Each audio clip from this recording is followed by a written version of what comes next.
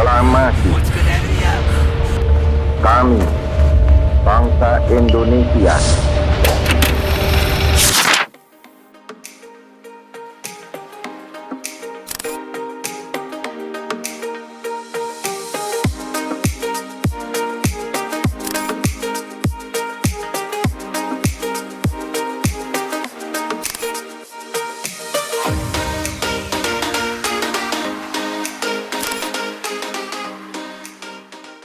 Assalamualaikum warahmatullahi wabarakatuh. Halo semuanya, selamat datang di podcast kita hari ini, keadaan Indonesia setelah merdeka. Saya Wulan. Di sini kita akan ngobrol seru tentang bagaimana sih keadaan Indonesia setelah merdeka, tapi dari sisi pelajar seperti kita. Bersama saya di sini ada Hana, ada Dea, dan ada Lui. Halo semuanya. Jadi kita sudah sering banget kan belajar sejarah kemerdekaan Indonesia di sekolah. Tapi kali ini kita akan membahas lebih lanjut Indonesia pasca kemerdekaan. Kita mulai dari Dea dulu deh. Dea, menurut kamu bagaimana sih suasana masyarakat Indonesia setelah merdeka? Menurutku, meskipun kita udah merdeka, tapi masyarakat masih harus berjuang. Bukan hanya untuk mempertahankan kemerdekaan Indonesia dari Belanda yang waktu itu masih monolit, tapi juga untuk kehidupan sehari-hari. Masalah seperti kemiskinan, pendidikan, itu masih menjadi hal besar yang memang harus dilakukan. Ya benar, tantangannya banyak banget ya. Karena kamu kan tertarik banget sama sejarah. Coba dong jelasin bagaimana tantangan terbesar yang dihadapi pemerintah waktu itu.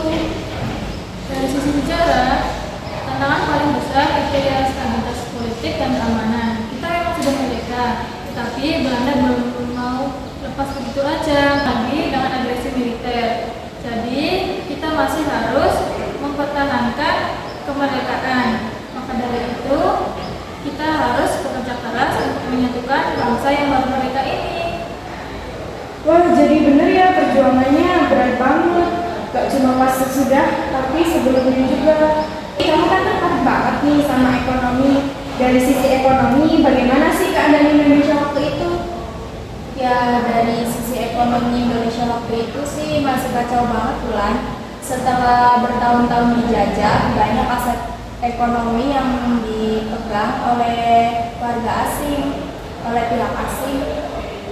Pabrik, perkebunan, itu kebanyakan masih dikuasai oleh Belanda.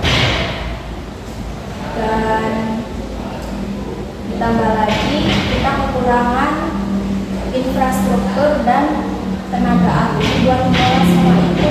Pemerintah juga harus bikin kebijakan ekonomi yang bisa membantu masyarakat, kayak masalah distribusi pangan, karena masih banyak masyarakat yang hidup di bawah garis kemiskinan.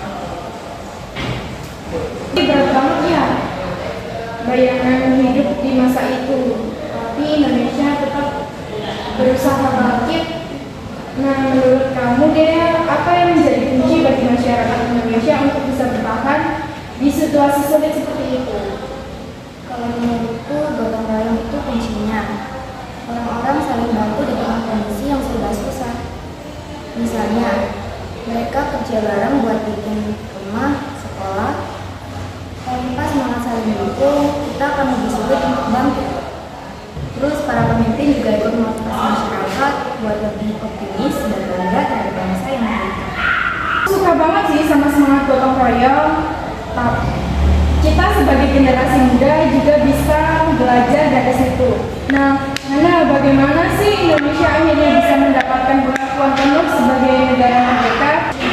Setelah beberapa tahun perang dengan Belanda, akhirnya lewat perundingan dan dukungan internasional terutama dari PBB, puncaknya itu di Konferensi Meja Bundar tahun 1945, di mana akhirnya Belanda mengakui kemerdekaan kita secara de jure. Jadi meskipun proklamasi itu di tahun 1945, perjalanan menuju pengakuan internasional itu di tahun 1949. Wow, jadi prosesnya panjang banget ya.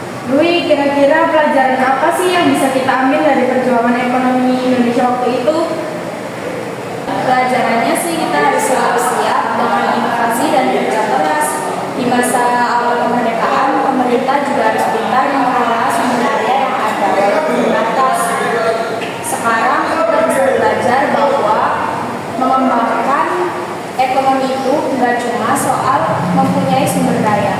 tetapi juga tentang bagaimana kita menggunakannya dengan efektif. Dan yang paling penting, nggak lupa buat meratakan kesejahteraan, biar nggak ada yang tertinggal. Setuju banget, sebagai generasi muda kita harus punya semangat inovasi kayak gitu. Terakhir nih, menurut kalian apa sih makna kemerdekaan buat kita yang hidup di zaman sekarang? Ya dulu deh. Buatku, merdeka itu bukan hanya bebas dari penjajah, tapi juga kebebasan untuk maju, belajar, dan berkarya. Kita sekarang hidup di zaman yang penuh peluang. Maka dari itu, tugas kita adalah untuk memanfaatkan kemerdekaan ini dengan sebaik-baiknya. Wah, keren banget jawabannya. Kalau Hana gimana? Aku setuju sama dia. Kemerdekaan itu kesempatan kita untuk menulis sejarah kita sendiri. Sekarang giliran kita berjuang buat kemerdekaan dalam bidang pendidikan, teknologi, dan lain-lain, supaya kita bisa membawa Indonesia lebih maju lagi. Dan banget nih, dan Louis sebagai penutup, apa makna kemerdekaan menurut kamu? Buatku, kemerdekaan itu juga soal tanggung jawab. Kita diberi kesempatan untuk mengatur hidup dan masa depan kita sendiri.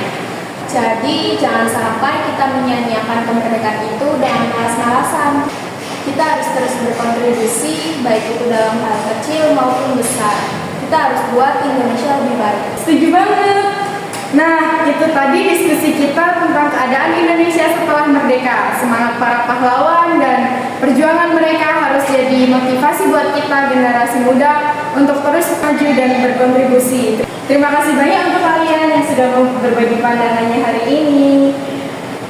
Saya Wulan dan ini adalah podcast keadaan Indonesia setelah merdeka. Dan sampai jumpa di podcast berikutnya. Saya Wulan dan ini adalah podcast tentang keadaan Indonesia setelah merdeka. Sampai ketemu di episode selanjutnya. Teruslah berkarya untuk Indonesia. Bye.